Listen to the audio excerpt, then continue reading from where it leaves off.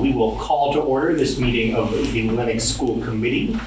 It is being recorded on CTSB TV Education Channel 1302 and will also be, well, I guess that's the same thing as rebroadcast on CTSB. We have the first hearing of visitors, if there are any visitors other than the Let Me Run program. And if not, we can move on to the Let Me Run program and want to have Megan say a little bit about it. Yeah, so thank you guys for coming. For those who don't know, I coach alongside Laura Muskinnis, who's here in the audience, our Morris Elementary Let Me Run program. So it is a program for elementary school boys, typically grades 3 to 8, I believe. So for us, it was 3 to 5. And just kind of want to start off by thanking Laura for seeing the need for a program like this. Girls on the Run has been around Morris for a couple of years now, and there wasn't a similar counterpart for our boy students until Laura brought that to Morris. So very appreciative for that. We have a really great season. This is something we've been doing typically in the spring. This is our first fall. It is our first fall. So we're planning on, I think, another season in the spring. So with us today, we have a couple of the Lenox cross-country varsity boys who partnered with us. So we had a really fun time. If you guys want to come to the lake for a couple of minutes. James, you too. So this was a really great collaboration. We spent some practices together. They got to know the older kiddos a little bit, which is always nice to be able to recognize, get our kids together. Let Me Run is a program that obviously, you work towards the end of the season 5K, so there's the physical aspect, but we also focus a lot on social, mental wellness and things like that. So I wanted to have you guys kind of just share your experience. If you want to introduce yourselves and the grade that you're in, and then we can ask some questions.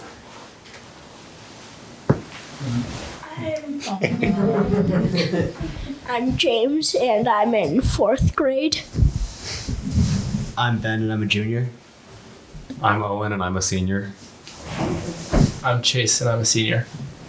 Excellent. James, do you want to share the experience a little bit? What did you think about the program and the season?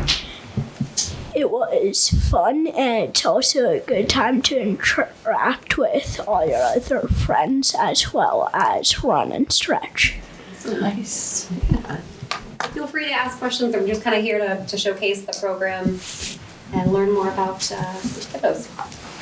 So James, I have a question for you.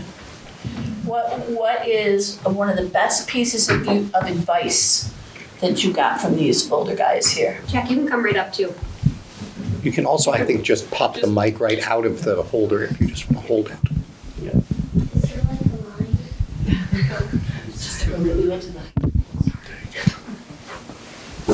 Yeah, so one of the best pieces of advice, start hydrating like 3 days before the race rather than 1. So 3 days before your 5K? Yeah. Start hydrating? Yeah. Anything else they shared with you? The stretches are some of the most important parts of running. Sounds like they know what they're doing. Mm-hmm. And do we have one more addition to the... Jack, do you want to kind of share what was your favorite part about the season and something maybe that you learned throughout the program? Is this working? Yeah. Yeah, it didn't seem like it to me. I really like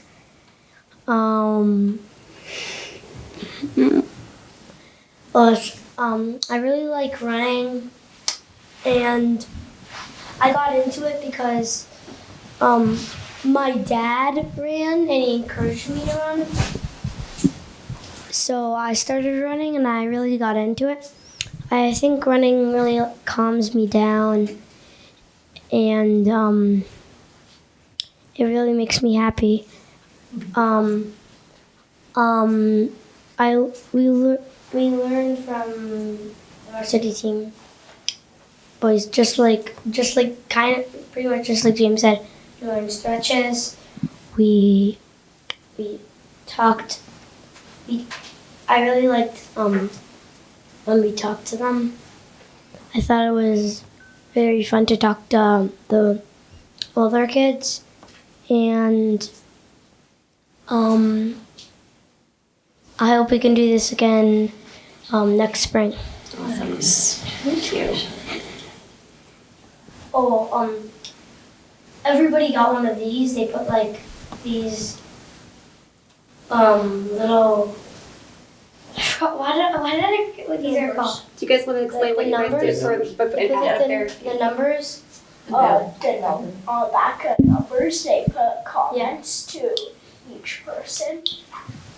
So the varsity boys were actually at States, right? The day of our 5K, so they weren't able to be with us, but they spent some time, a couple days prior, writing some very nice words of encouragement for our younger kiddos, some bibs from a couple weeks ago, and that was a really nice surprise to be able to show them right before the meet. James, I see you have your medal on from Saturday. Yep. Very cool. So I have one more question. I'm just gonna pick one of you, so I think I'll choose Chase. For you, what did you learn from this experience? They showed us what they learned, but what did you learn from working with the younger ones? It was really nice connecting with the younger boys. I could see like a lot of myself in them, and connecting with them was nice, and hearing about school and what they enjoyed and like teachers they had. It's really nice, Nice. you know. And also, they were so eager to like run every day. We came to practice. They were super energetic, and we got into our groups and we ran for a little bit. And when we discussed about our run, they were always like the first ones to step up and talk. It was really impressive, you know. I didn't know what to expect, but I'm really proud of what they got done. Nice. This program didn't exist when you were this age. No, did not. Would it have made a difference to you? I was a soccer kid when I was in elementary school, so I'm not sure. But my sister did it when she was in elementary school. I know she loved it. Yeah. So you did this in the fall, but you're going to do it in the spring as well? Will it be this? I think so. We've always done it in the spring. I started it in the spring of 2024. Okay.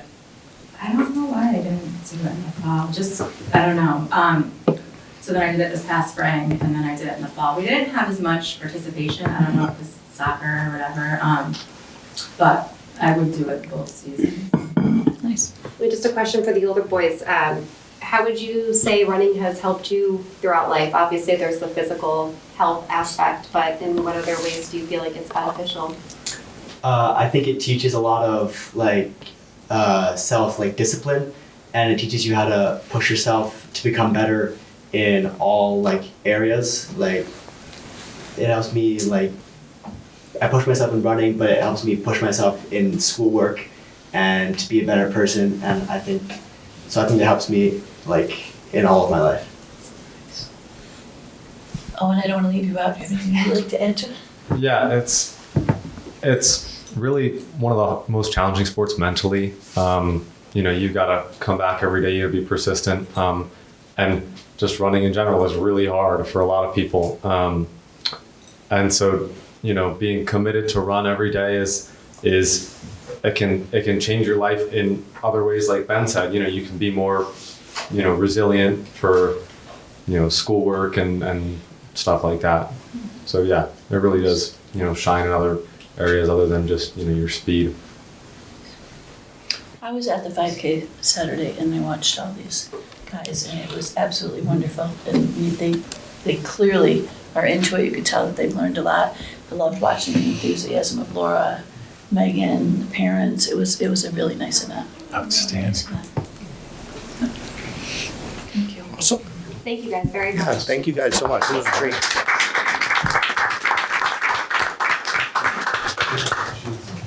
And if you really wanted to stay for the rest of the meeting, you're certainly welcome to.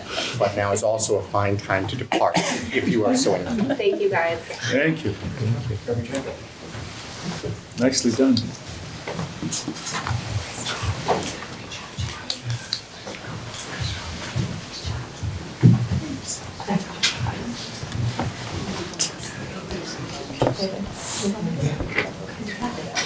All right.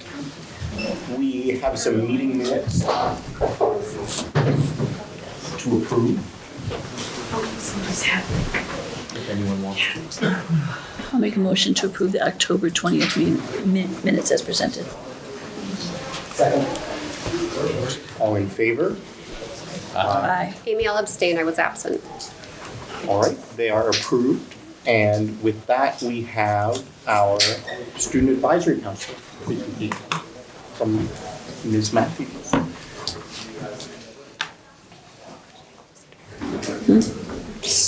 The third tab should be, yep. Okay. Oh dear. Okay. Hi, everyone. For those of you who don't know me, I'm Grenna Matthews. I'm the chair of the Student Advisory Committee. I want to start off by introducing a few members of my team. This is, at the very end, is Libby Gopp. She's our vice chair. And then Charlotte Culver. Nathan Fenton, he's our secretary. Sorry.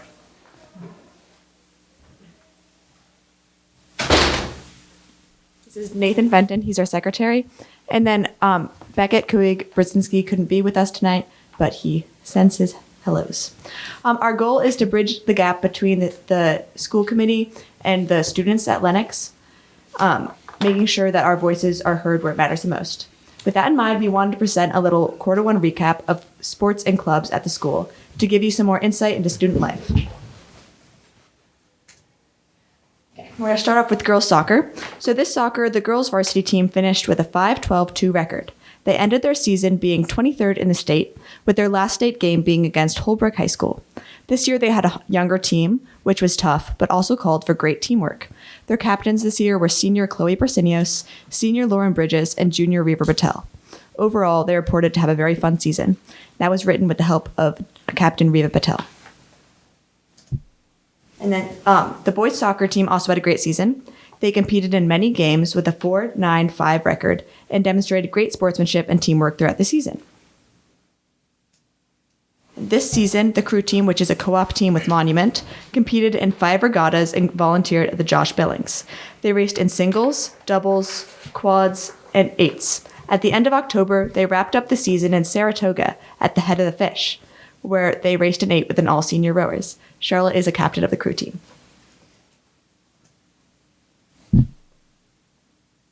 Next is the volleyball team. This season was a huge success for volleyball. They ended the season with a record of 21-1.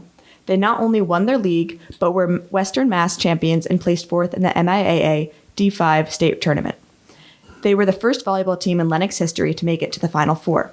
Looking to next year, the players are hoping to make it even farther in the state championship.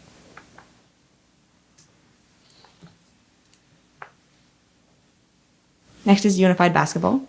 Unified Basketball had a great second year at Lenox with several new athletes and partners joining for the first time. They had a team of 15 members. The team played 6 games and won 3, beating their record from last year. They continue to attract great support both at home and away and have built a strong following with families, staff, and community members. The season ended with a win against Wacona and will wrap up officially with a Unified Basketball Jamboree at Greylock tomorrow. Most importantly, the sport continues to inspire inclusivity and acceptance on and off the court, making a lasting impression on everyone involved. Athletes Aiden Velasco, Lana Yazinski, and Diona Koenig describe Unified as making them feel excited, happy, and included. I went to a Unified basketball game and I loved it. It was so fun. And the newly founded debate team has already recruited 15 members this year, partially through the success of the club fair. The debate team has already held multiple practice debates across a wide range of subjects. They come together once a week to learn the basics and structure of debate. They recently participated in a formal debate against Bart on the topic of the Pledge of Allegiance. The debate team hopes to grow and host debate events for other schools in Berkshire County. I know Nathan is a founding member of that. The football co-op with Lee has gone undefeated this season and made it to the Final Four this past weekend. They will advance to the semifinals this Saturday. This year, the Lenox Dispatch, which is the school newspaper, has had one issue covering a variety of events from quarter 1 and is starting on issue 2. They recruited 11 new members this year for a total of 19. Also, they received more funding and were able to double the amount of copies that were distributed to LMMHS students and faculty. They added an advice column and are expanding the next issue from 4 to 8 pages and adding crossword puzzles, cartoon strips, political cartoons, and advertisements. The girls cross country placed third at their divisional meet with 3 medalists and advanced to the state meet. They placed 5th in the state with medalists Gianna Love and Nora Shuney, who placed 14th and 15th respectively. The boys cross country placed 5th at their divisional meet with 1 medalist. They were able to advance to the state meet and placed 9th with medalist Ben Harwood, who was here earlier, who placed 9th overall. And the quiz team, these are some of my notes during quiz team, so you can get an idea of what we talk about. So far, the quiz team has competed in 2 competitions. One of these was the monthly Berkshire Quiz Meet, where teams from across the county compete against each other, answering questions about geography, history, math, and more. The other meet was the first round of the high school quiz show in Eastern Mass. The team is looking forward to competing in As Schools Match Wits, an annual televised competition with teams from across Pioneer Valley. Tune in this spring to watch it on TV. Usually, 15 or so students participate every Friday and Wednesday, eager to share their knowledge and have fun. Finally, the Drama Club is currently working on engaging both middle and high school students in theater. They are fundraising for current shows and plan on making workshops for their participants. During Q1, they ran a movie night of Ratatouille and are organizing a talent show that will go up in January. They have lots of middle school participation and are hoping for more high schoolers to join in order to help with more intricate planning. And finally, we have a pep rally this Friday, organized by the Maroon and Gold Club. So we are in Spirit Week. Today was Pajama Day, and tomorrow is Twin Day. At the rally, there will be a volleyball tournament, which is teachers versus students, a scavenger hunt, and 1 lucky student will pie a member of the administration. The students are very excited for an entire week off next week. And all the photos you saw in the presentation are credited to Gabriel Weir, Adelina Scalise, and Lauren Romano. Thank you so much for your time. I hope you learned a little bit more about what's going on at Lenox. Do you guys have any questions?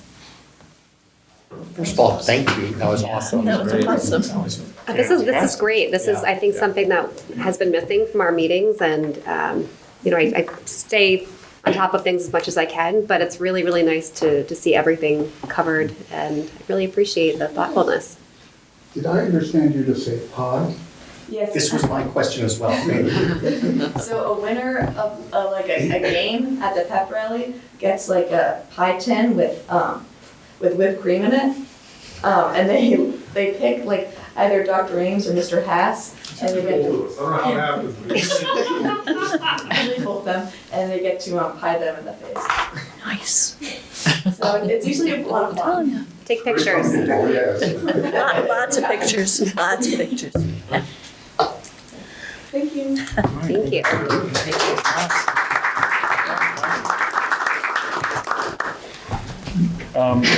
Now, we've got highlights recognitions after that. We really need some time to follow. I know it. That's fantastic. I do want to mention that Greta will be one of the main characters in Romeo and Juliet for the Fall Festival at Shakespeare & Co. this Saturday at 1:15. Yep. Yeah. So looking forward to seeing that. It never disappoints. All right, so, I'm not going to do any sports highlights. Food donations, I do want to say the community was asked and the school community responded incredibly generously at both schools, more than we even anticipated. The food donations were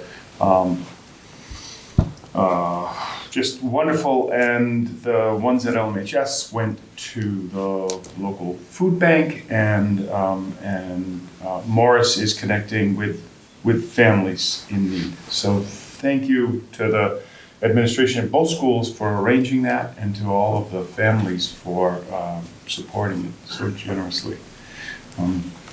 At Morris, the Veterans Wave Parade had their largest number of participants, somewhere between 75 and 100 participated in that. Yeah. The Morris wanted to thank the Lenox Police for the Ruby Bridges walk to school day. They made sure that any traffic crossing was done safely, and it's much appreciated. The first trimester there is done, and the teachers are planning for the parent-teacher conferences. And the Student Friendsgiving is going to be this Thursday from what? It's the middle of the day? During lunchtime, all grade levels will come together in the gym All and right, celebrate. all right. And the parent-teacher conference is going to be the 10th from 5 to 7 p.m.? Is that correct? Yes. The 8th and the 10th. Okay, perfect. The 8th and the 10th. All right. So I wanted to do a little shout out about Let Them Run, about Shakespeare & Co., and about some of the sporting events, but I think we've got that covered. The next item is just an update on the Director of Finance and Operations. We currently have 2 candidates. There's a representative interview committee that will be interviewing them on Thursday. That's the first round. And then for the second round, the person will go to the town accountant, town manager, school committee chair, and myself. And the position works closely with the town regarding finances. And so I'm hopeful that we'll end up with a candidate to bring to the committee to be appointed. But I will keep you updated. And that's all I'm supposed to do. All right, thank you. We have one item of new business today. It actually follows up a little bit on a conversation we had at the workshop over the summer, which was that with tuition agreements coming up for renewal, particularly with Richmond, we typically have an agreement that lasts 3 years. And this is different from choice. This is an agreement with another district to be, typically we would hold some number of spots, and the district would provide funding to us at much closer to the full cost of a student. Richmond finds itself in a position because of changes in, well, I guess, interpretation of state law, where historically they have many choice students coming into their district through 8th grade. Choice students would go back to their home districts, and then Richmond would need to place the Richmond resident students through tuition agreements in other high schools. Some of them come to us each year. Under the new interpretation of state law, all Richmond students, including those who arrive through choice, are now Richmond's responsibility to place through high school. And so they are very interested in finding a way to do that at potentially lower cost to what is a very small district. And we find ourselves starting to look for more opportunities to work closely with them. Obviously on professional development, we've already started to collaborate and partner on a joint professional development. So Dr. Collins and I, with their school committee chair and superintendent, have had discussions about the question of whether it would make sense to make Lenox the essentially exclusive recipient of Richmond students after 8th grade.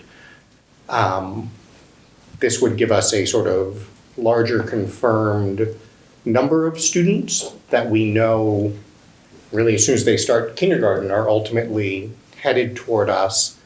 And conversely, we would be able to reach a tuition agreement with them that is frankly more per student than we otherwise get for a choice student, but less per student than they would otherwise have to pay to send their kids to multiple districts. And so we are essentially at the stage where they've presented this publicly as a possibility at their school committee meeting and gotten, I think, generally very positive feedback. And so we wanted to have a conversation about it as well. At this point, the actual action would be if we wanted to move forward, the issue would be reaching a tuition agreement for the next 3 years that confirmed we would have enough spaces for them. We would be where they plan to send everyone, and some, like I said, sort of in-between rate at which it would happen. It's embedded in the agenda, and we can put it up on the screen, just the actual enrollment numbers for us and them, which would give a sense of sort of how it would play out. But if happy to pull that up, or if there are any sort of preliminary questions and comments, we can start there as well. I have a bunch of questions. So I don't want to monopolize and, so I guess my first question is the LEA in agreement with this? Tuition and impact on the classroom size and teaching, and have we discussed it with the LEA? We've indicated but not had a formal discussion with it. Additionally, the impact would be limited to the first 2 years. We'd see a bump, and then after that we'd be able to control that, because we do have an ideal enrollment size that we look for, and knowing how many students were in the pipeline coming in, we could control that and cut back a little on choice and fill to meet. So that just answered my second question, so you'd be cutting back on choice. Well, I think I think that's an open question. We could, and actually, given that these are the first two questions, let's look at the numbers real quickly to give that context. Yeah, Jason, if you just flip, if you scroll down a little bit, you should be able to click on enrollment data.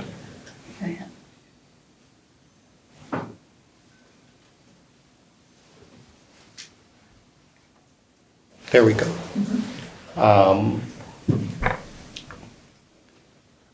Perfect, thank you. So what we're looking at here is this is everybody's data as of this October, where you have at the top Lenox, resident choice and tuition, and then below that, what Richmond's current numbers are, K through 8.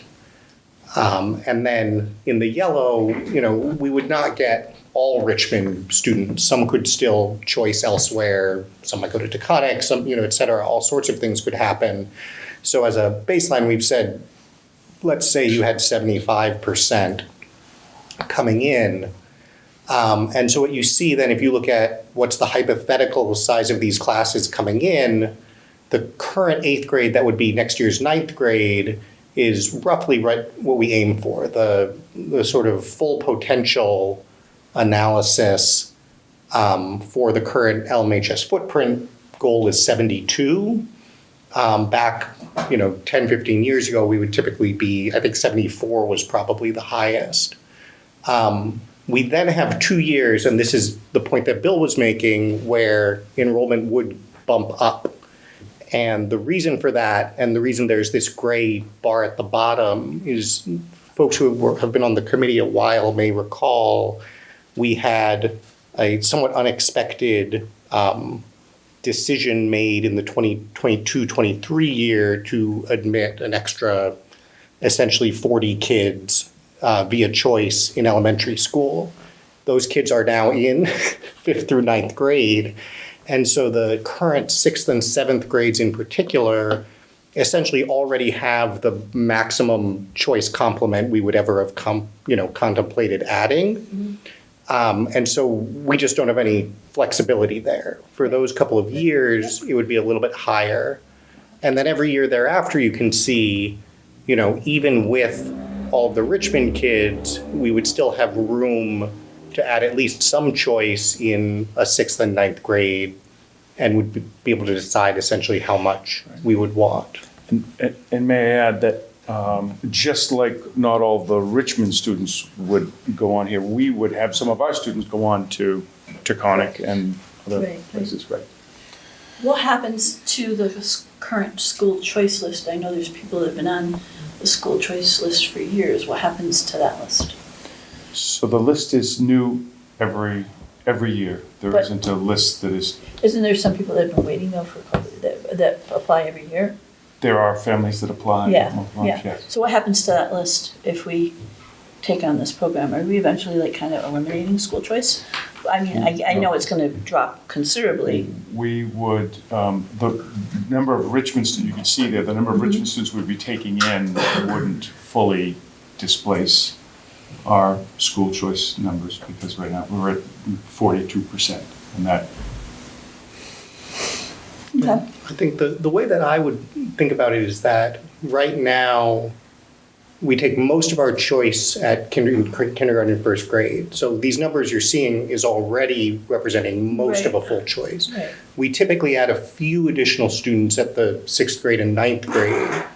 And so for those coming through, there would be some years where we would say, frankly, oh, we can take the 6th and 9th grade and the Richmond kids and this all fits nicely. There are some years where you would potentially have to, or the number we would typically take in 6th and 9th. There are some years where you would probably face a trade-off. Do we feel like this class size is going to be too big if we take X number of choice? Should it be a smaller number of choice instead? But it would be that same discussion that we have every year. How many choice slots are available? How many do we feel comfortable filling? I just add that there have been years in the past where we've had so many Richmond students interested in attending Lenox that we didn't take any 9th grade choice students. So just coming through tuition just anyway. coming through tuition anyway on their own. So we've already done that in the past. Which eliminated the school choice openings. Yes. Just Richmond. For a 5-year or 2. Additionally, the Richmond has a higher percentage of school choice than we do. So about half of the students that will be coming through would actually be school choice from neighboring communities. So between Richmond and, having the choice to decide how many choice kids come in, you're not seeing impact on the classroom size. You don't think there's going to be a major impact on the classroom size. You feel like you're going to be able to control the classroom size. Other than this those initial, right? That 2 years after that, yeah. Right, the gopher and the python, or however we refer to that, going through, there's a Right. bubble. And after that bubble, Right. I think we'd be in a much better place to be able to control it. I really see this, and I had the conversation with the administration, as a win-win. We would, one of the things is the state looked at us and made different decisions, different things, we would be able to say, we are the feeder school for our neighbor who's stops at grade 8.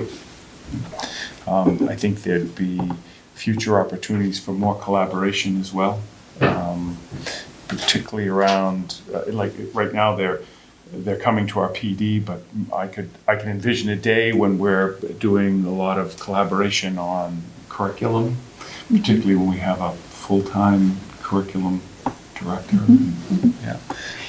I think that, I also think that as that sort of to start to stabilize, we'd then also have a very clear understanding, at least from all the Richmond students, of what they had received in curriculum and where they were, instead of different folks from all different schools being in different places. I see. I see. I do echo Kim's concerns. I would have liked to hear a little bit from the LEA and their thoughts about this and how it might impact them. And then secondly, the impact or the potential impact on our current choice waiting list and how that might play out in future years. So, and again, there's almost always more students that want to get in than we have slots. And what would happen is there'd be fewer slots, and it's for every grade. It has been, since I've been here, it's a lottery. So people know they're coming up against the lottery. It's a fresh list every year with new people applying and some people deciding not to, and it isn't always the same. Yeah, the other thing I would add, I think is important to keep in mind with the choice dimension is that, like, if you look up at our 9th, 10th, 11th, 12th right now, you'll see in theory we could have taken more choice every one of those years. In some cases, significantly more choice. The reason that we have tended not to isn't a class size capacity in the school concern so much as our general goal of wanting to keep classes below 50%, overall choice around 40%. And so one of the most important questions just for how we think about adding Richmond students is, obviously right now we break them out as a third category. Except for those few years that are higher, it's really a question for us how we think about it. If we say, well, wait a minute, we don't want choice plus tuition to get bigger than a certain size, then that would mean more tuition is going to probably mean less choice. If we say, well, the Richmond kids are out of district, but there's a reason we treat them differently. From a financial perspective, they have a different impact. If we're sort of thinking about them as a feeder all the way from the beginning, they sort of have a different character. And so really, we shouldn't count those as choice, right? In a sense, they almost create room either for the same amount of choice, or hypothetically, you could say, actually, that gives us room to take a little bit more choice. And so if you look at any of these years other than the ones, the ones that's at 71, 82, et cetera, those are all years where the number of choice kids we potentially take at 6th, at 9th, isn't constrained by class size, it's constrained by our choice policy. And so it would then be up to us and the community to say, we love the Richmond idea, we also love the number of choice kids we've been taking, or we feel the need to rebalance a little bit. But it's not, except for those couple of years, it's not how many kids fit in the building, it's what do we want the composition. It'll be up to us to decide. I'm not familiar with the Richmond school population. Is it a diverse population? It's very similar to the Lenox population. People who... I love the school choice option and the diversity that it brings into Lenox. So I'm just going to leave it at that. I suspect that the same folks who are applying for choice here are applying for choice there, and if they don't get one, they hopefully get the other. And again, they have a slightly higher percentage of choice. So those students who would be coming in from Richmond would be that same diverse group, and also choice students from their community. Yeah. If we're looking at this, I mean, Richmond, just by those numbers, has more capacity in their lower classes from K, through 4. 4 is where we hit 20. What if Richmond decides to start taking more choice students from their district and their numbers level out instead of being 13, 15, 16, if they're all 20, 21, 22, and we're bound by an agreement to offer them in, or could it ultimately be another way into Lenox? Sure. I think that's definitely worthy. It's a great question. It's worthy of discussion. I believe that just like us, they are looking for. I think they have more choice applications than they have seats, and I think they are looking for their just right numbers as well. Yeah, I mean, I think it's a really good question. It's two other things I would keep in mind. One is, even going forward, certainly an initial next agreement with them would be a 3-year agreement. Or, if we wanted to go longer, right? Like, this isn't a permanent marriage. I mean, obviously we want it to be a very stable long-term thing, but if nothing else, we can certainly put in, look, if these numbers start to go up significantly, obviously we're going to have to reconsider. At this point we have, we're not committing today to kindergarten.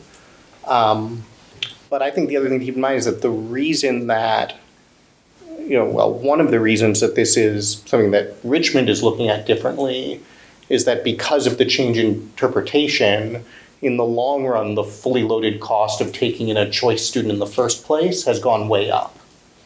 And so even with an agreement, specifically with us at a lower rate, it's still a substantial burden that they have not had before. It would be in exactly the other direction for them to say, let's let's go bigger with choice, either independent of it or as a result. But it's certainly something that we'd want to talk about with them. It's a good point. In the conversations with their superintendent, they value their identity and their autonomy in the same way that we do. And as we look toward long-term viability, this is something that really serves that ideal for both districts, for them to be able to preserve who they are and us to be able to preserve who we are and stabilize. We are seeing a declining residential enrollment, and this is a nice way to combat that. Do we have any idea of, I don't know if we do currently, because I don't think they've finished the lottery process and application process. Do we have any sense of how the affordable housing in Lenox with the families moving in will impact the population of Lenox residents as school students? Very, very early on, I had a conversation with Chris Ketchen on it. And he indicated that I don't want to speak for him, but he indicated that historically looking around, other places that the number, oftentimes people think that it's going to bring a much larger resident population than it tends to do. Not that it wouldn't bring it in, but it isn't, some of the higher projections are probably it's not. It's hard to project, and Right. it probably wasn't a fair question to ask. But I guess my point is with the affordable housing that's going up in right now, and there will surely be students that are going to come into Lenox. And on the table right now is another proposal for a second Lenox affordable housing right down the street, which is sure to bring in students, no matter what the number is. So I'm just trying to figure out the impact on classroom size, space, And I know it's like a and while we need to be that also will be an impact though. right, we need to be cognizant of that and the impact on the resident population. At the same time, we have we've got this immediate opportunity, and to Lauren's point, we're not locking into a lifetime agreement. We're going to do another 3 years, and we can reassess.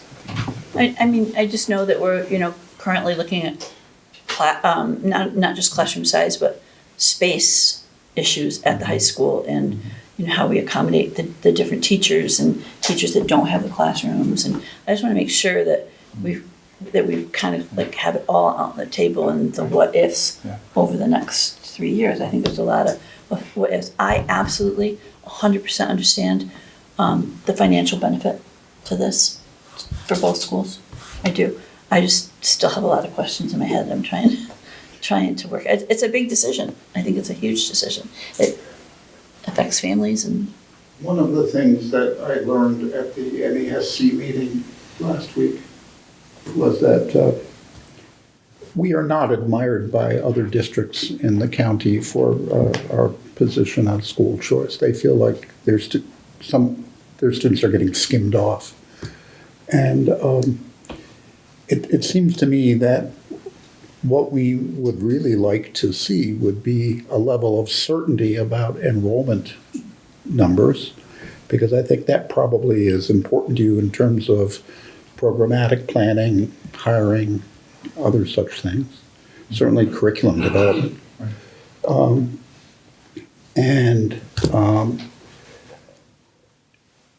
This essentially means that Lenox kids and Richmond kids would be the same kids. They would be together. I wouldn't think of them as being different populations. They'd be rowing the same boat together. One of the nice things is right now, they had inquired about their 8th graders being able to play on our varsity teams, which can be allowed.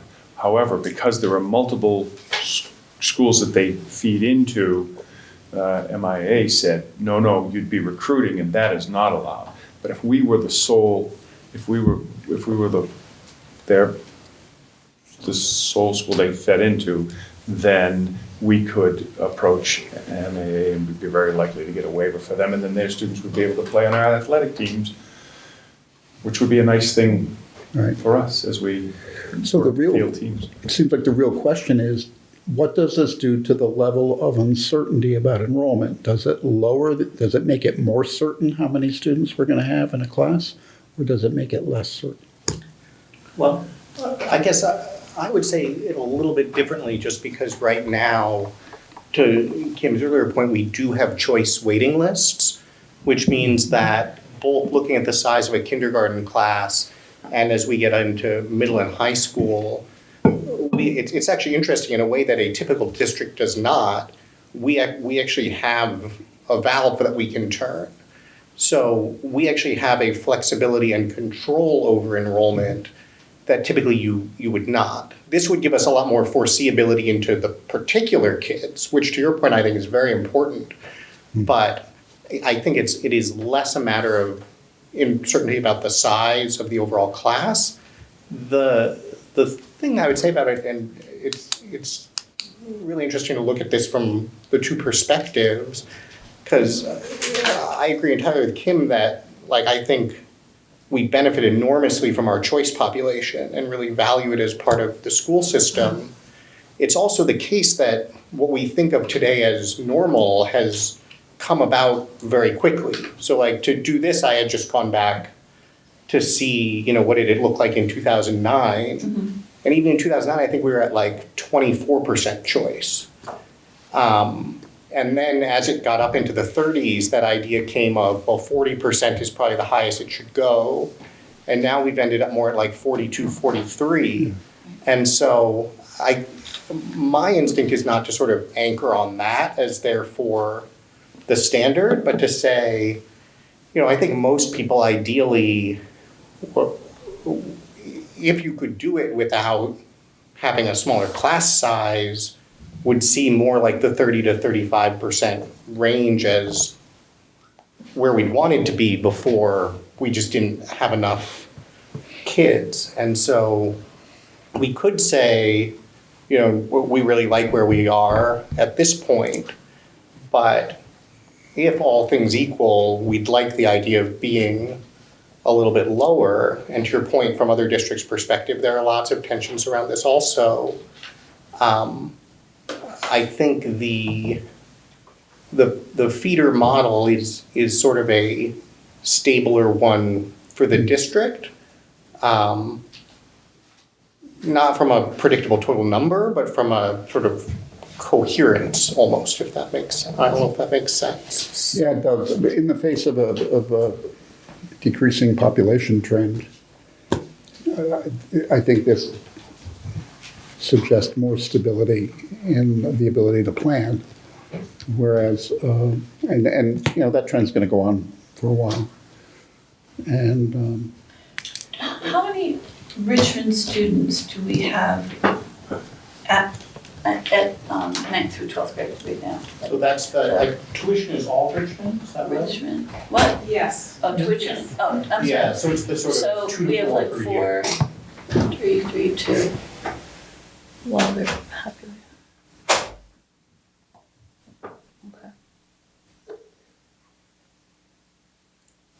And with this, if this agreement, excuse my ignorance, I just am really trying to. With this agreement, if this agreement goes through, the kids aren't forced to come here. They still have the choice to come here, or they can choice out to the other schools where all the other kids have Correct. So Richmond would be saying to their families, when you exit, we have, instead of 3 schools, right, and they'd still be sending students to Taconic, but instead of 3 neighboring high schools, we'd have 1. If you choose to go to one of the others, you could choice into those or return to your home district. Oh, so they would still have to choice, okay. Well, right, half of them, the half that is choice into Richmond would have the choice of returning to a home district. Yes. the ones that are Richmond residents would have a guaranteed spot in Here. Lenox and could try to choice somewhere else, but they would not have a guaranteed seat somewhere else. So their population, regardless of whether they were choice or resident, would all have a guaranteed slot here. Yeah. And the one other thing I would say about it is that and this has come through very strongly in speaking with Beth and with Ina in Richmond about this, is it certainly is a financial benefit for both sides, but I don't think that's the primary benefit. Like, it's certainly not enough of a financial benefit from our perspective to do if it didn't otherwise make sense. I think it's I think it much more from the flip side, which is like, you put the finances to the side, there's real value in, as Dick was saying, the sort of certainty of knowing these kids are gonna be coming to us, to be able to start having them more involved, maybe at the middle school level. I think probably eventually with curriculum, even with student services, if there are kids who are going to need services, those are things that we would know much sooner. And then and so just as sort of what does that healthy population for Lenox look like for a district? It's a really, I think, promising one. And then the fact that we're getting paid to do it is like the kind of the cherry on top. And I think that's, their perspective as well, that they are in a difficult financial situation. But, they've been, I don't think I'm speaking out of turn to say they're not interested in doing something they don't think is the best educational option because it's going to be the one that saves them money. But it's something that from their perspective, as they think about what they want to be able to offer to their community, it's a predictability and stability for them also. I do like that idea, where we do have more stability in our ranks and our numbers, what we can anticipate. As Greta showed us in her presentation tonight, it's going to deepen and strengthen a lot of those extracurriculars, not just sports, but also theater, music, bring more kids into that, broaden those programs as well. One question I did have, just because this would be happening sooner rather than later, and by that referring more towards this is going to be well before any kind of building project really comes to light. And maybe Dr. Ames can answer this more. By bringing in more students, is students in the classroom, students per capita in classroom really going to be affected, or are our constraints right now more space and number of classrooms because of all of the offerings that we provide to the students? Well, I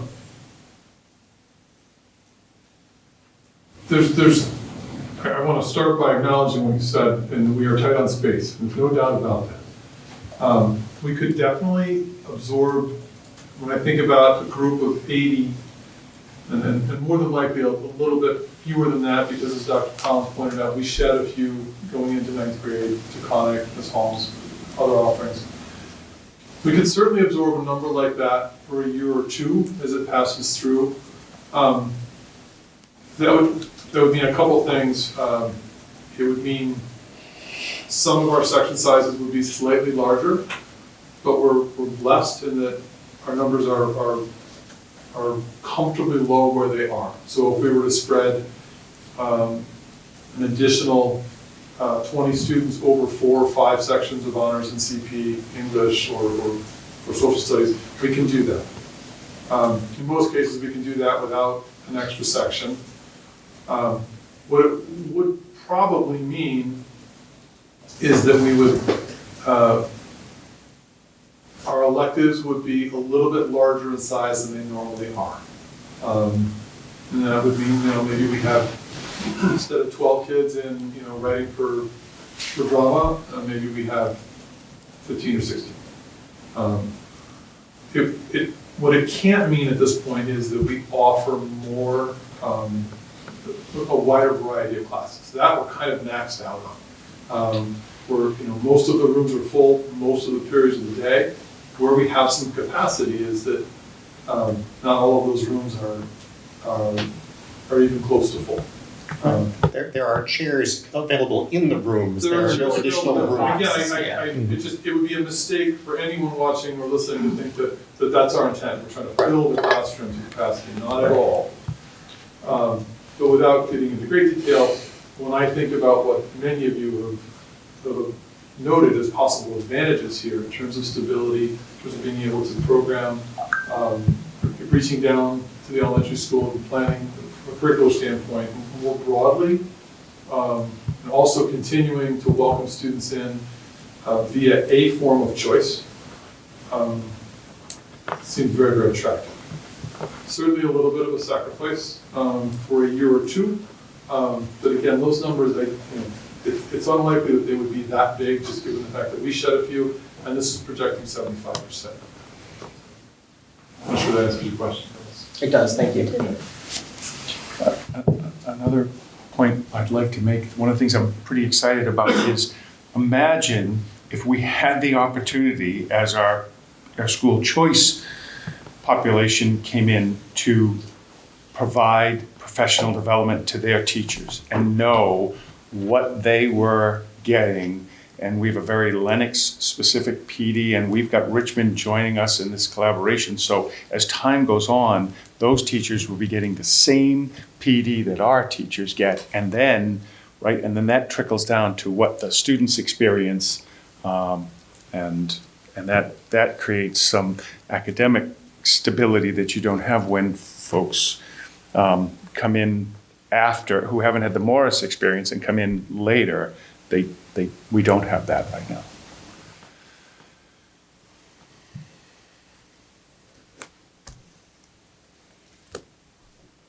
I'm trying to think of how to word this, but to address the elephant in the room, optics-wise, what would you say to those who watch this meeting and come back and say, hey, did you hear that Lenox and Richmond are merging, essentially?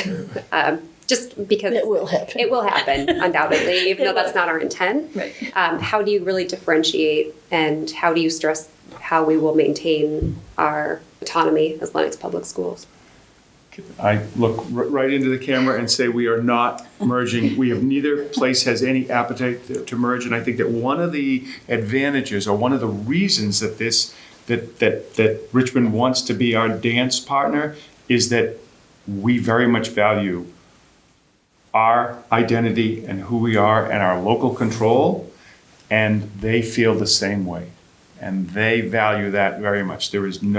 Neither entity is looking to absorb or lose the identity of the other. We value that they have an identity that they want to keep. It doesn't mean that we can't have great collaboration and be two small school districts right in the far western Massachusetts that are working together to benefit our families and our students. I think that's what we're doing. But in my mind, there is no down the road like this leads to merger. It is not, it's the exact opposite. I think the reason that we are even a dance partner is that that's not what we're looking for or asking, and that's not what they are looking for or asking, what makes us attractive. So I want to be, nobody hears anything else, we're not looking to merge. So really, it's a stability for Richmond as well, so they can maintain their program of K through 8, and then have a reliable and attractive place for their students to go through high school. Yes. Yeah. That was much more compelling than I would have been. Yes, thank you for that PSA. To just to add a slight lawyerly gloss on it. Because I've thought about this also. I mean, the reason that I got involved in the school committee in the first place and just was because I'd heard people, always should we consider regionalization or whatever. And as far as I was concerned, no, that is so important to what Lenox is, and I think Richmond feels the same way. I think the way that I think about just looking at what we're doing is to ask, what is actually changing, right? Because they're still two separate school committees, two separate budgets. We will have no say over, we could lob in a suggestion, but we have no control over anything they're doing. They have no control over anything we're doing. They already do send tuition to kids. We have Richmond kids in the high school. the thing that would be changing would be the commitment that from us to accept as many of their students as want to move on, and their commitment to have us be the default for their students at that one hinge point. And so it's not even like they also already have a high school and we're at least combining high schools, right? It's they maintain their track. Like if you were an alien from Mars looking at it, you wouldn't notice this had happened because the actual structures and entities and operations are going to be exactly what they were.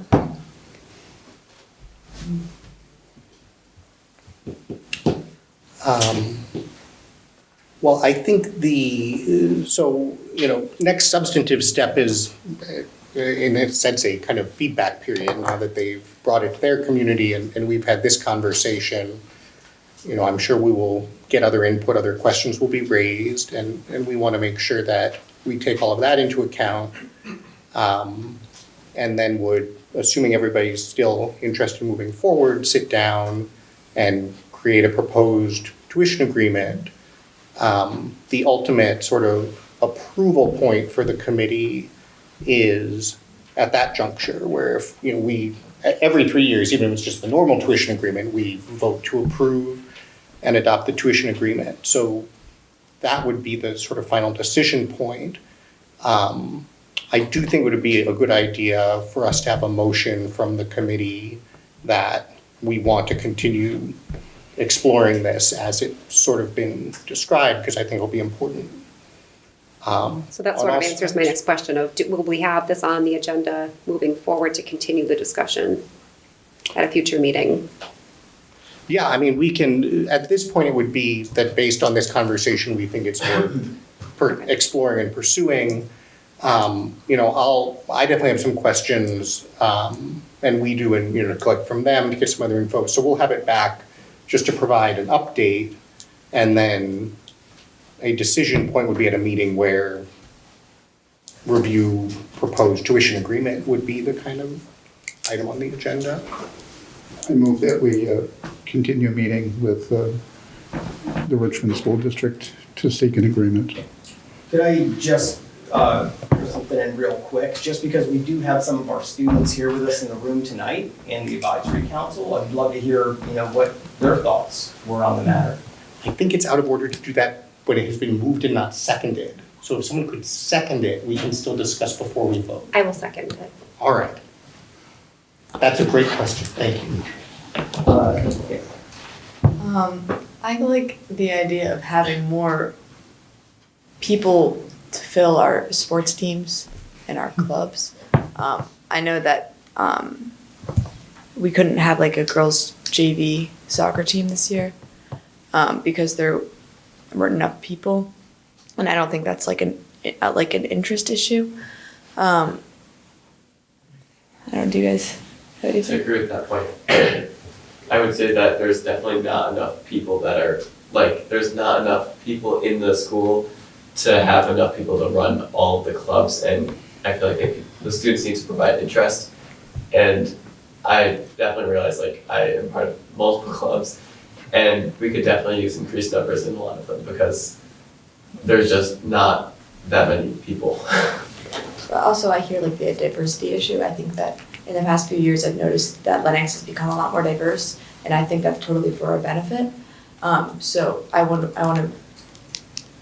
would feel that it'd be great to maintain that diversity and expand it. I wouldn't want this to affect or diminish that in any way.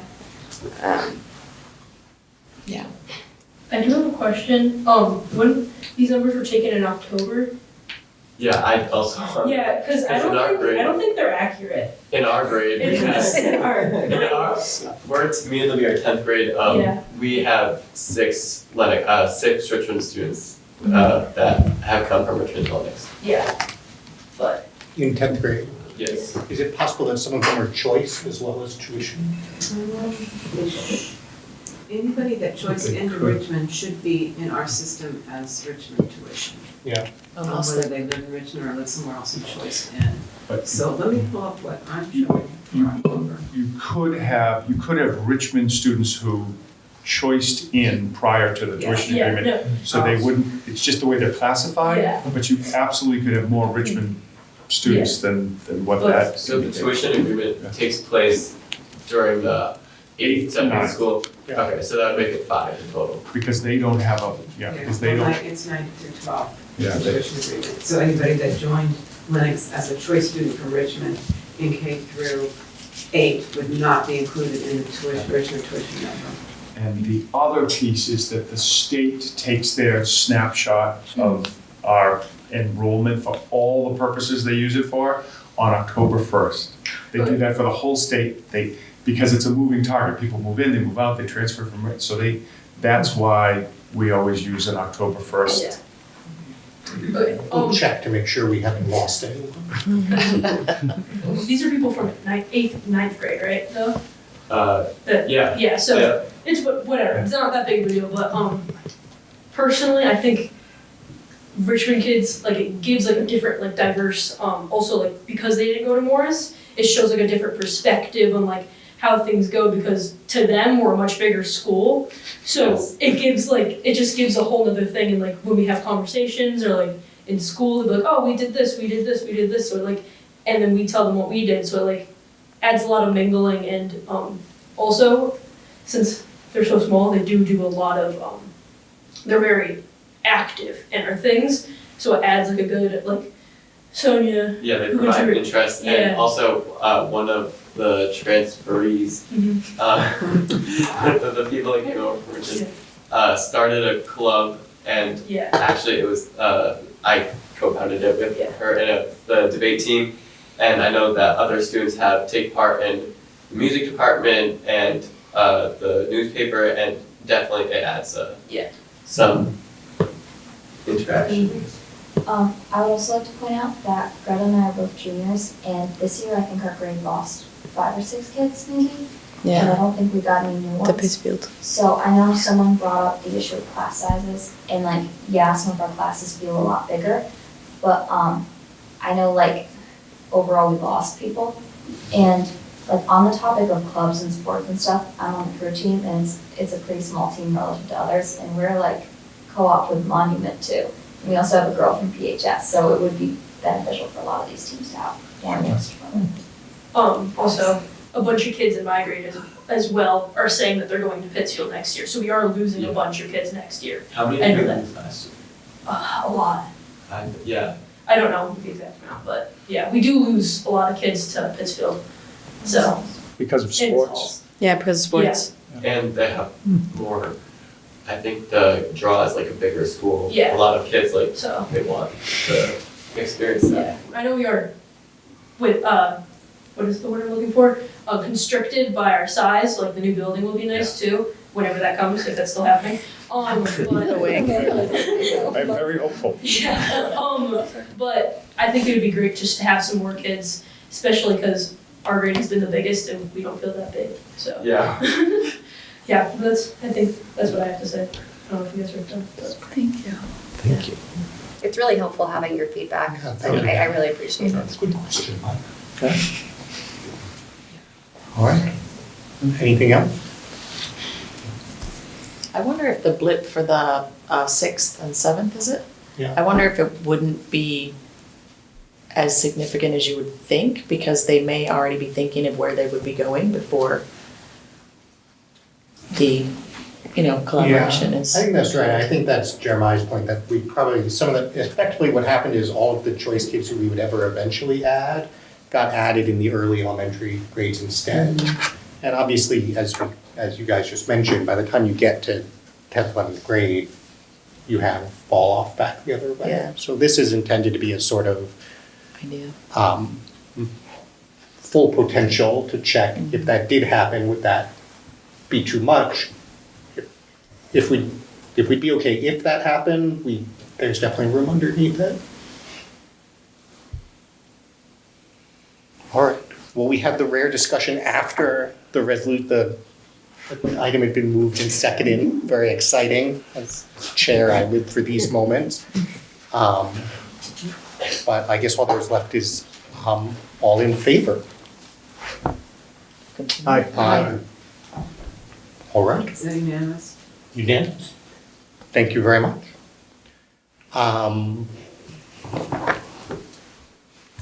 Unfinished business, preschool enrollment. Okay, speaking about enrollment, this year we saw an unusually low number of preschool students come in.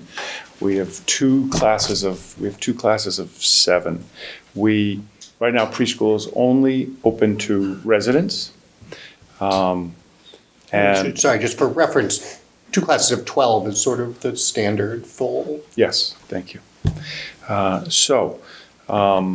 This came up at the last meeting of the school committee, and so Director of Student Services and Ms. Kelly and Ms. Souls, we met with the preschool and we had and the LEA, and we had a conversation about, hey, what are some things that we could do, that we could propose here? And so we have 2 proposals. One is that as it's evolved, the preschool schedule is pretty inconvenient if you have another child in the school, because it just doesn't,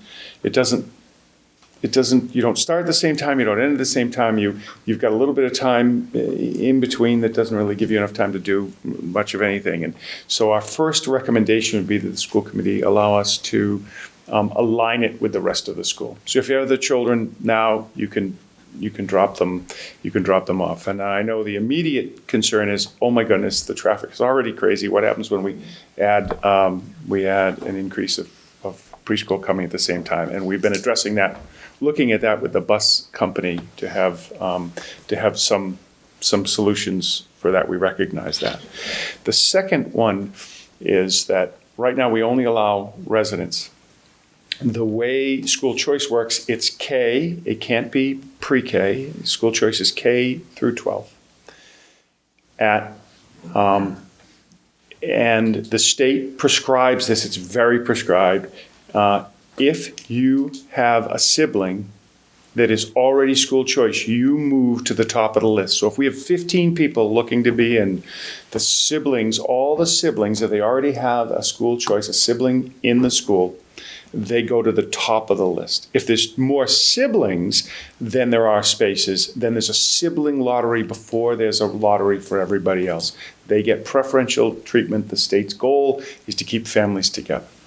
So what we're proposing is that existing school choice families would be allowed to, if room exists, they would never bump a resident, but if room exists, they would be allowed to apply for preschool the same way that we let a resident come in at the same tuition rate. And so it's free. Our preschool is a program that identifies students that have some needs. They all get to go for absolutely free, but they have typical peers, and those typical peers pay a tuition.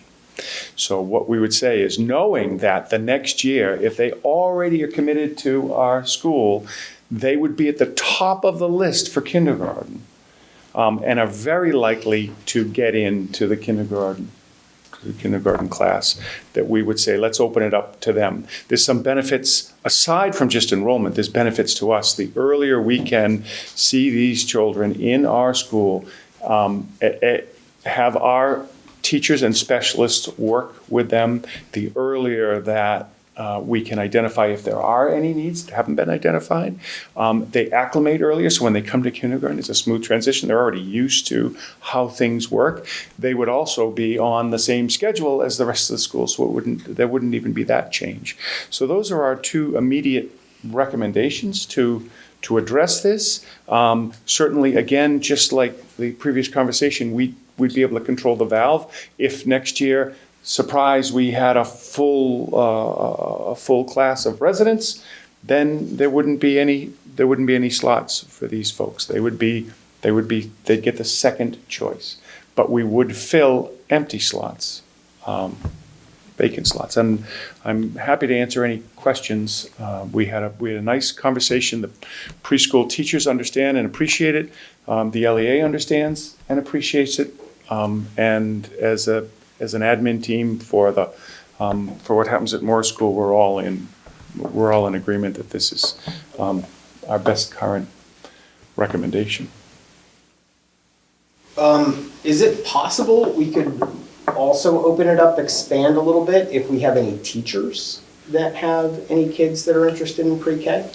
Would they be able to partake and go into the possibility of being entered into the program as well? So that would be a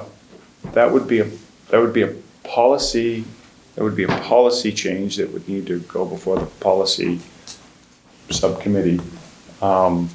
And I think it would be part and parcel to a bigger conversation about is it just our teachers? Is it people that work for the town? Is it what would this look like? And then you let them in. Then what happens when they get to kindergarten? We say, sorry, I know you enjoyed our preschool, but you're not eligible for our K-12 program. If we did open it up to it's just a broader conversation. Mm-hmm. Yeah. But I mean, it's a good question, but it's part and parcel of a lot of moving parts. Yeah. So I would say at this point, our recommendation would just be these two recommendations of our existing pre-K families and moving the schedule to be more in alignment. So my comments would be about the timing of it. I think having fifth graders being dropped off at the same time of preschoolers, I think it'd be extremely overwhelming. So for the pre-K.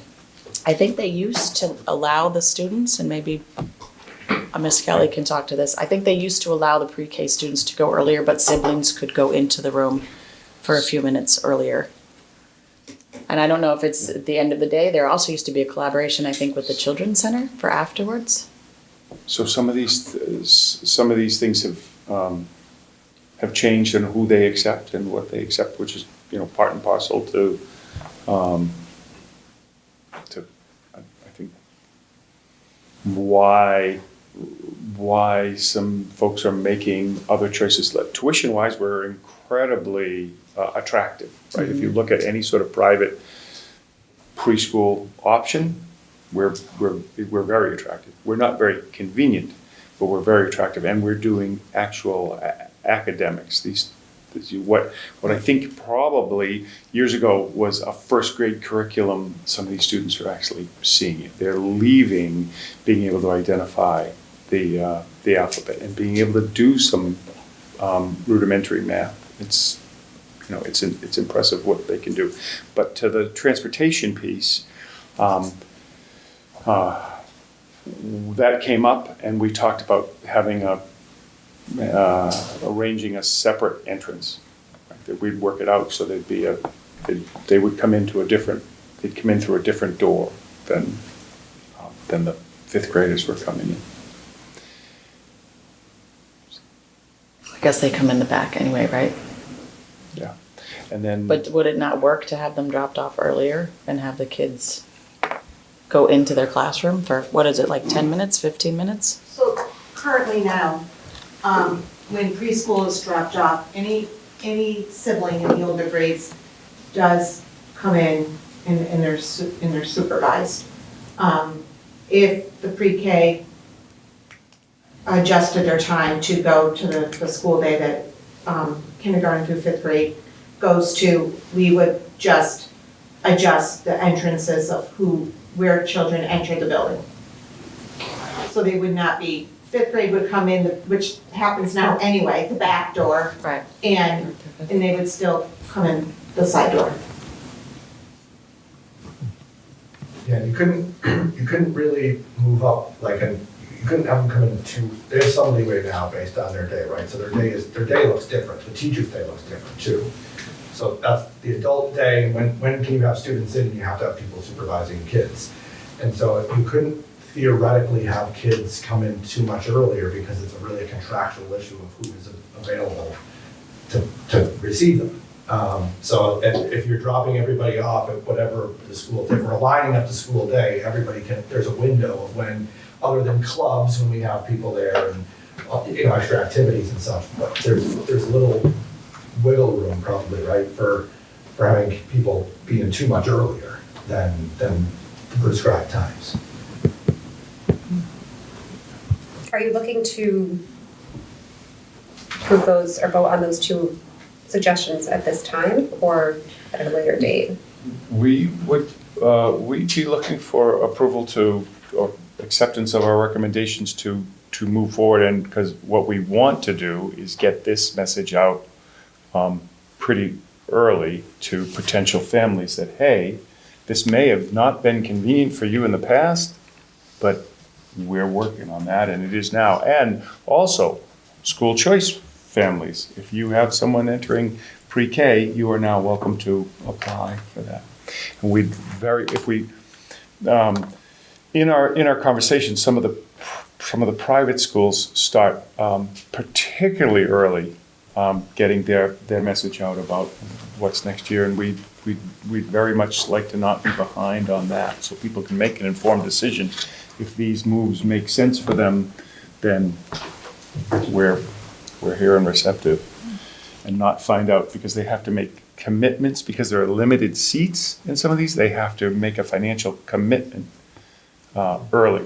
And we'd like them to have that choice, because again, for our families, we are fiscally the best game in town. Yeah, it moves pretty fast right now, like we're tight with the holiday time, and then Michelle is already working on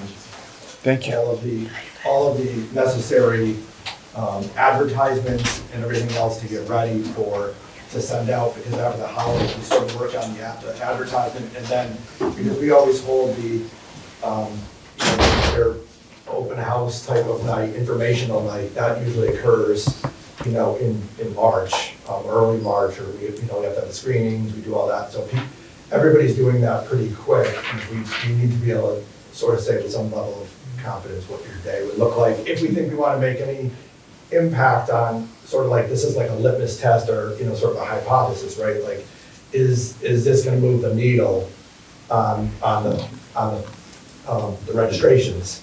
And hopefully we would be able to make some sort of, like sort of guess it, like if it went up, then did this have an impact?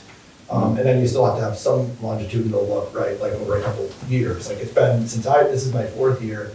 And so the first year we did hold the lottery. The next 2 years, we have not had to go to a lottery. Now we have had a couple rather large sort of exoduses, like of kids that were 4-year-olds that went into kindergarten.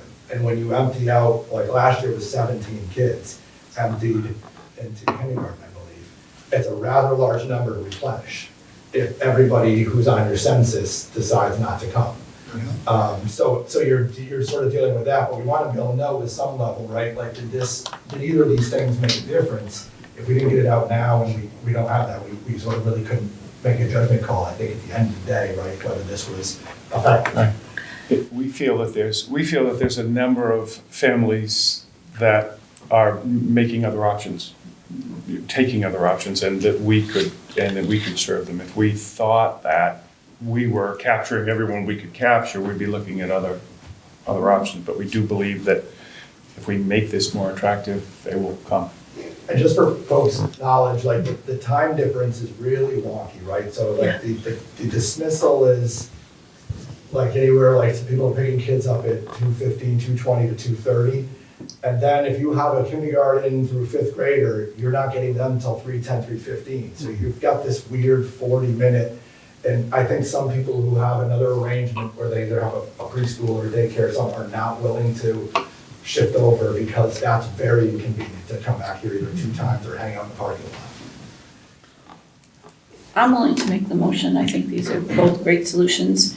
The transportation piece, I think we just have to leave in their hands. I mean, it's been, the drop-off piece, it's been going on forever.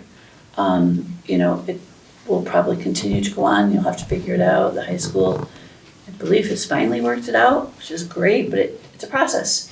So you just have to, I trust you guys to figure that piece out, but I'd be willing to put a motion forward if anybody else wants. Before we make the motion, just to confirm, the actual changes we have made on the scheduling, it's a contractual issue. We'll need an MOA, right? Yep, and we, again, already had a conversation with the LEA. They were part of brought them into our meeting, and they think it's fine.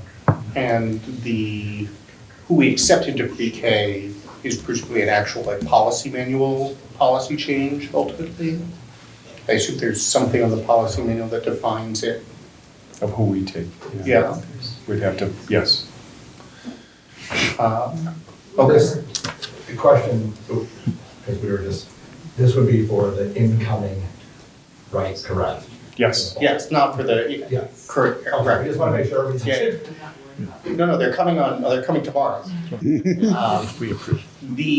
Right, and so I think just for that will take some time. So the resolution, more like the last one, should be a confirmation of the committee's view that this should be what we want to do next year. And then we will have to both finalize MOA and bring back an official policy change. But you'll be welcome to start promoting in the interim. I am happy to second the motion. But we don't have a motion yet. I said I'd be willing to. Hang on, I guess I I'd be willing to, but I guess I want the wording on it. Question. Sorry, I took that as a motion. If I need to abstain from this vote as a parent and also as sibling of a preschool teacher? Parent, no. Sibling, yes. Okay.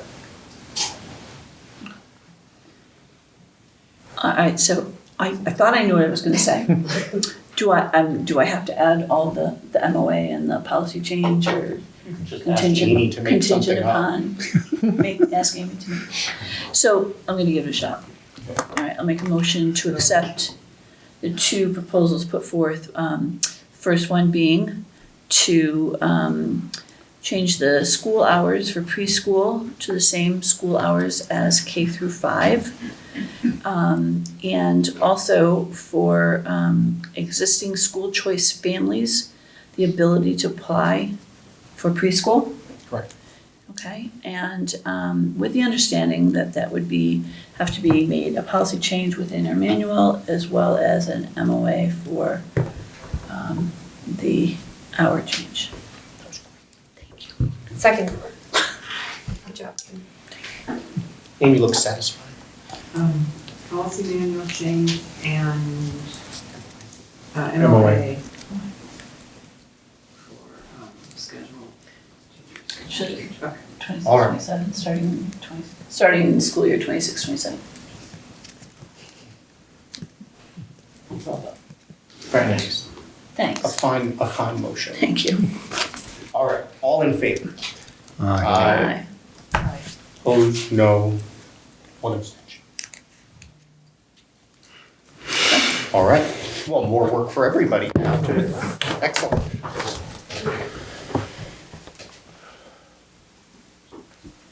Oh, there's not something else before me? You're smart, Alec. Oh, boy.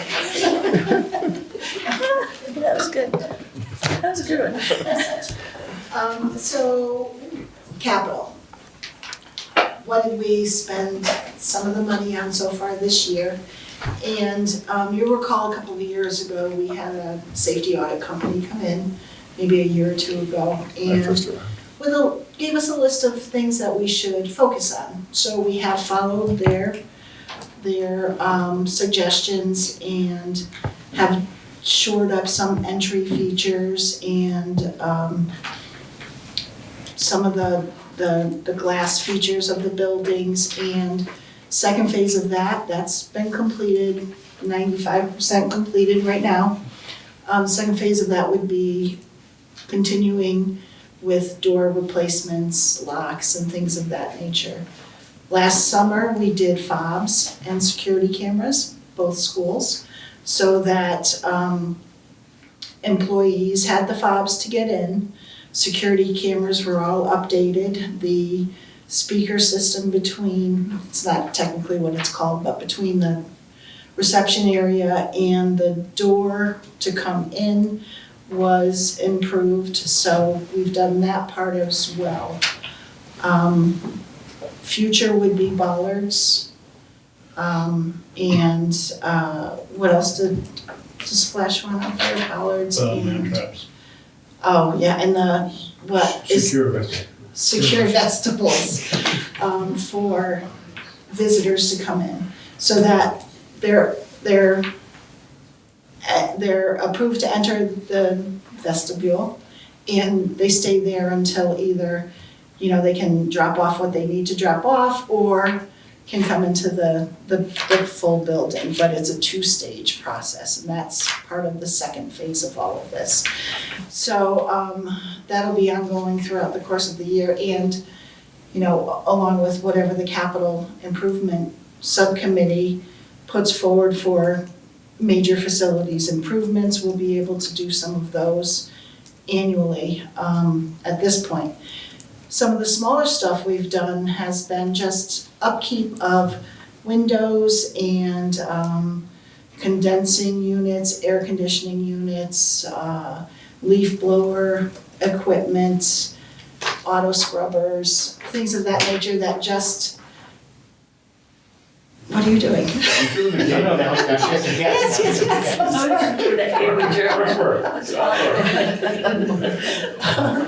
Auto scrubbers and things of that nature that, not expected, probably near the life of the equipment. We knew at some point, but we replace when we have to. So unless it's obvious that it has to be done, we'll do it before it is dead.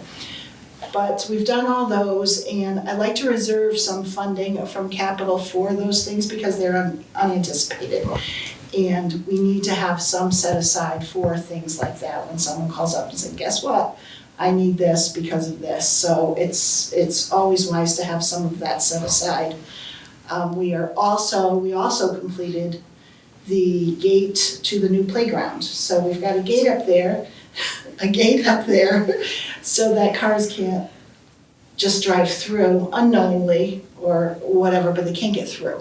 And there's bollards there as well, so that protects the playground area and the children on the playground area. Future, we're looking at maybe a maintenance vehicle for the facilities coordinator. Currently, the position is required to go back and forth between the two schools, and we do pay mileage, but I think a vehicle, like a pickup truck, heavy-duty truck, that could be used in other areas when needed would be a wise investment within a year or two, if not this year. We could probably swing that. And may I add, we've had conversations with the town about perhaps a vehicle that's retiring from another more demanding service, not a brand new. Yeah. And in the conversations with the town, they'll be looking at capital appropriation to the school systems a little bit differently. If they have more money to give, they will appropriate at town meeting, ask to appropriate more money for certain projects. Could include maybe the theater, safety rigging, replacement or repair, locker rooms, roofs, things like that. So we'll work and take direction from the capital improvement and the project manager, and work with the town for the timing of some of those much larger projects. Do you want to speak about the roofs that? Yes, so, we had a long conversation during budget time about the roofs, and to focus on the roofs. What's happened is Tom actually went up on the LMMHS roof, found the leaks, repaired and patched the leaks, and does the same at Morris. And what we are currently thinking is that can continue for a while, but once the town is ready for the accelerated repair project, which is MSBA has core project, which is complete reno or rebuild or build new, or accelerated repair. Much quicker process less paperwork, same percentage of reimbursement, that we can do maybe one roof 1 year or both roofs the same year, depending on the town situation and how much they feel that they're capable of setting aside for something like that, and get them both done within a relatively quick period of time, I would say 2 to 5 years perhaps. But again, working with the town, we'd have to work on their timeline as well. So when we had discussed at budget season the roof issue last year, the sense was we needed to put a few $100,000 in. Now, regardless of when we were gonna redo them, is the process you're describing that money, or we're able to find and patch without that big? Without that big money, we were able to do that, but that's not off the table. If it continues and this does not hold, then we will need to get a company in there and do a much larger job. Okay. Maybe not the whole roof, but the sections that are failing. And so, but for now, that's on hold pending how much snow melt gets. And does that apply to the gym roof also? Yes, yes. Well, thank you, that's amazing. I'd like to say that the committee had approved the plan to take the facilities, the direct facilities piece off of Melissa's plate and create the position of a coordinator, facilities coordinator. And I talk about Tom when he's not around quite a bit, but while he's here, I would like to say we could not have picked a more competent, caring, or dedicated person who does this. He does talk about He does this. He does this with such flair and never any drama. He gets it all done. I don't know that no is in his vocabulary. We're very fortunate. Thanks, Tom. Yeah. Thank you. Yes, thank you, Tom. You're welcome. All right, anything else on capital? All right, thank you. Last thing is just things happening in subcommittees. I know meetings are underway. Hit finance. Sure, we had our initial finance subcommittee meeting several weeks ago. We're still waiting on some numbers to come in. Melissa's gonna have a presentation ready for us for our next school committee meeting, where we're gonna be addressing the preliminary numbers coming up for 2026. All right. Yeah, I've worked through the majority of the salaries, which is the bulk of our budget. We did have an increase in retiree benefits. I am not assuming, but expecting the same for regular plans of actives. I think we're looking at a double-digit increase again. And the initial budget may have, right now I've plugged in 18%. Some of the other districts and municipalities within the group are anywhere from 15 to 20%. Because we don't, the vote is the end of January, we present before then, and I would not want to present a lower number than in January. We've got to be able to cover whatever we think might happen, and right now it's looking anywhere from 15 to 20%. That's what they said at the MASC meeting too. Yeah, it's a problem. Is that statewide or is it? It's national. It's national, yeah.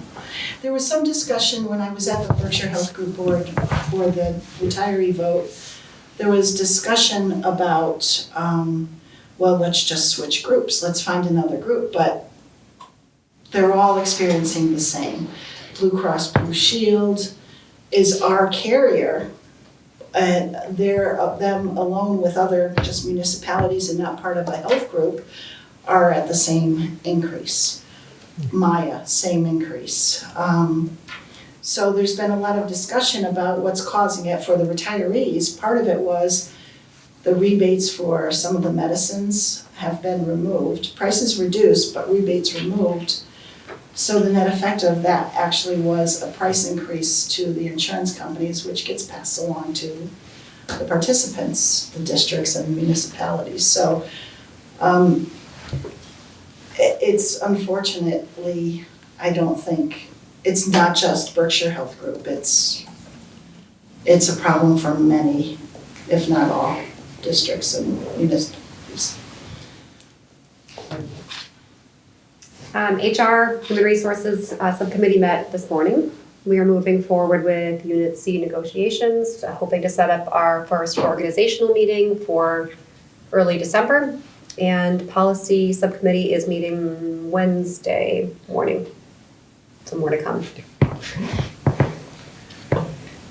Excellent. And Tech Subcommittee met last week, I think, sometime in the not extremely recent, but not too distant past. And we had Brenda and Randy joined us to talk through ways technology is being used in the classrooms today, things that are essential and most effective, things that maybe deserve a little more scrutiny. So that was super useful. We will probably meet again, aiming to talk with some teachers potentially in December, and also in the new year need to find a way to invite parents to share their thoughts as well, so that proceeds. And capital improvement plan is not technically a subcommittee, but is ongoing. P3 has done the review of the buildings. It has just been a question of when we can get everybody in the room at the same time. So that'll be mid-December, meaning our first meeting in January. We'll have a sort of full readout on how that looks. Good news is we have an extra $1 million of parking lot money just sitting there that no one can claim has already been used for anything else. And that should get us off and running. Put that in the minutes. You heard it here first. Oh, boy. Any other business? All right. We could adjourn if anyone wants to. Make a motion to adjourn. Second? All in favor? Aye. We are adjourned.